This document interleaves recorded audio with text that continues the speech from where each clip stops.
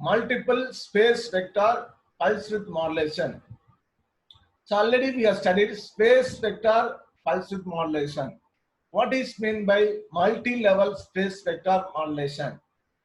So the other to extend two-level space vector modulation techniques to more than 3 levels for the diode clamp inverter. You can, if you see this diagram, you will understand what is meant by multi-level space vector modulation. So this is for 6-level inverter. So already, if you have any doubt, in the last video I have posted in the matrix converter how the space vector modulation techniques is used. So if you have any doubt, please refer that modulation, space vector modulation.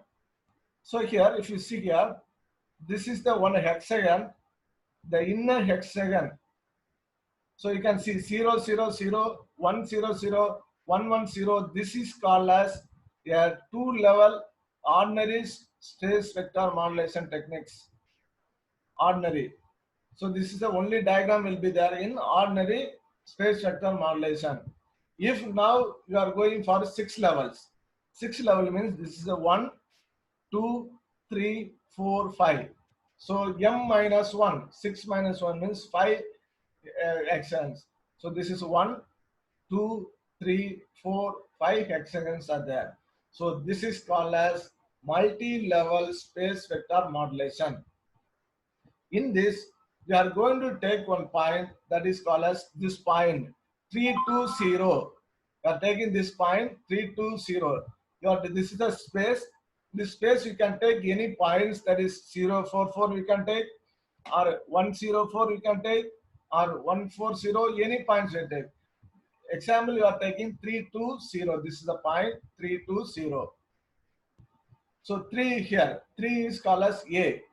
So A is equal to 3 VDC. This is called as A phase, B, C. So B voltage is 2 VDC. C value is 0. So A phase voltage is 3 VDC, B phase is 2 VDC, meaning is 0 means 0 VDC. So we can see this is called as an switching state. So there are 6 is there. So HA1, HA2 like this 6.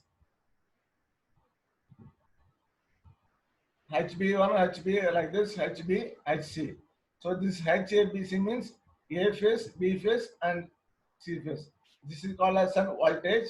So now this is the matrix form.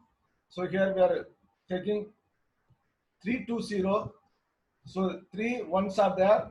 Next 2 ones are there. Here no ones are there. This is called as 320.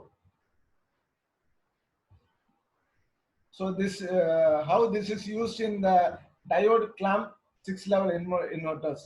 In 6-level inverters, so there will be five capacitor will be there. 1, 2, 3, 4, 5. You know, m minus 1. 5 capacitor. This is called as 0, 1, 2, 3, 4, 5. So this is called as capacitor 5. So already you know 320. 3 means what? A phase. 2 means B phase. C means 0. So here 3 is connected to A phase and 2 is connected to B phase and 0 is connected to C phase. That is 320. So now here A phase, what is the current will flow? 3. Here 2. Thus third switch is on. What is meaning is third switch is on. So this voltage is called as, so here VDC, VDC, VDC. So 3 VDC. So here 2 switches are on. So 2 VDC. Here switch is connected here. So that is voltage is 0 here. So 0 voltage in DC. So there are various possible 0 states are available. So you all know 0, 0, 0, 1, 1, 1, 2, 2, 2. These are the 0 states are available. So there are 216 possible switching states are available. 216 possible switching states are there. That is M cube. That is called as 6 cube. 6 cube means that is called as 216 So to see how many redundant states affect the DC links, consider that two different redundant states 3 to 0. So there are two redundant states. What are they means? One is called as 431, another one is 542. These are the two redundant states. This is the output sinusoidal reference and inverter output voltage states, and this is called as line redundancy of 6-level 3-phase diode clamped inverters. So here this redundancy is 0, 1, 2, 3, 4, 5, 6. So totally 216 total states are available. In this redundant states are 1 to 5 and distinct states are 91.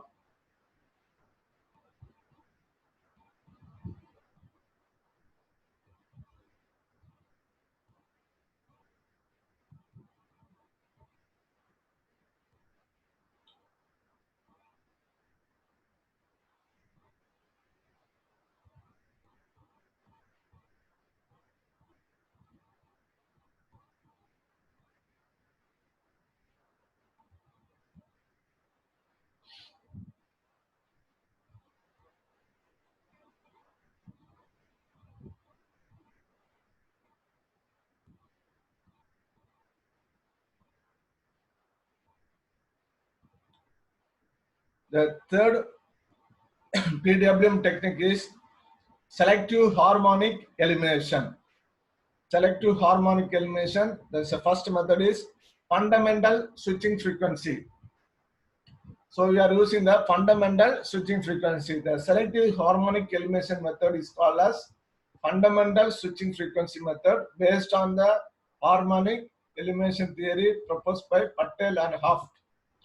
So here the conducting angles are theta 1, theta 2 up to theta s can be chosen such that the voltage total harmonic distortion is minimum. You have to select the conduction angles so that the harmonic distortion should be minimum. For 11 level case, 6th, 7th, 11th and harmonics can be eliminated by selecting the conducting angles. So here the conducting angle is very important. Based on the conducting angles, we can reduce the harmonics. Here we can calculate the switching angles and we can store in the memory, and by using some microcontroller we can generate the PWM gate drive signals. You can use any type of microcontroller. So here we are using this Newton-Raphson method.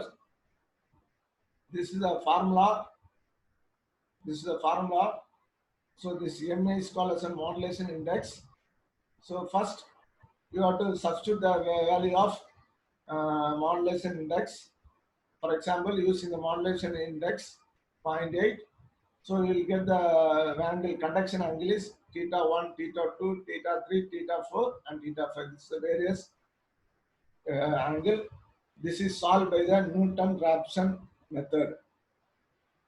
So this is the formula. BL max is equal to S into VDC.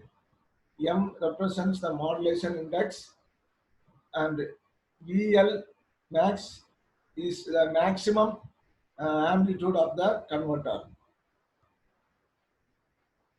So there are two types of waveforms are available. One is called as an unipolar switching output waveform. Another one is called as virtual state PWM control.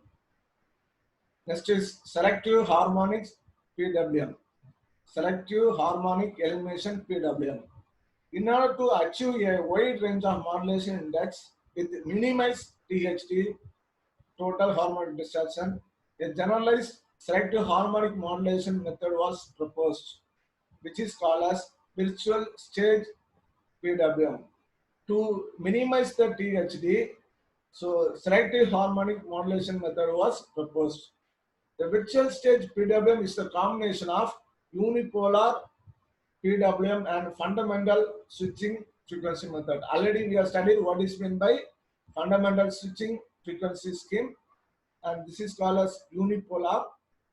By using this, you will get a virtual stage PWM.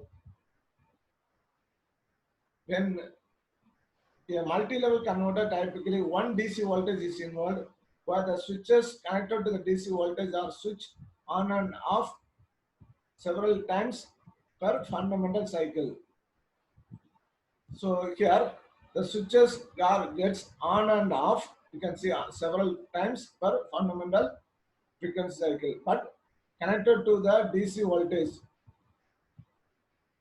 one DC voltage. So here this is called as one DC voltage. So this is the voltage is same here. This is called as 0 to pi, that is 180 degree, and this is negative half cycle. So here the VDC is same here. Same VDC it will connect for several times. That is called as unipolar. For fundamental switching frequency method, the number of switching angles is equal to number of DC sources. The previously we have studied fundamental switching frequency. If the number of DC sources is more, the switching angles, that is a pi 1, pi 2, pi 3. If there is 5 DC sources, the conduction angle is 5. However, for virtual PWM methods, the number of switching angles is not equal to the number of DC voltages. So here, the number of DC voltage source and the conduction angle is not same. So virtual stage PWM can be used for low modulation index. Virtual stage PWM will produce output waveform with low total harmonic distortion most of the time. So virtual stage PWM is used for lower order harmonics. Therefore, virtual stage PWM provides another alternative to bipolar program PWM and unipolar program PWM for low modulation index. So here the Newton method is not feasible to solve equation for large number of switching angles if good initial guesses are not available. So it is Newton method is so the resultant method is proposed. So resultant method is proposed to solve the switching angles. The resultant theory has employed to determine the switching angles to eliminate this harmonics, 5th level, 7th level, and 11th level, and 13th level harmonics. The resultant method is used to eliminate this harmonics. To overcome this problem, the fundamental switching frequency angle computation is solved by Newton's method. So initial guess can be provided by the results of lower order transcendental equations by resultant method. So these are about the 3 types of PWM techniques used in multi-level inverter. Thank you.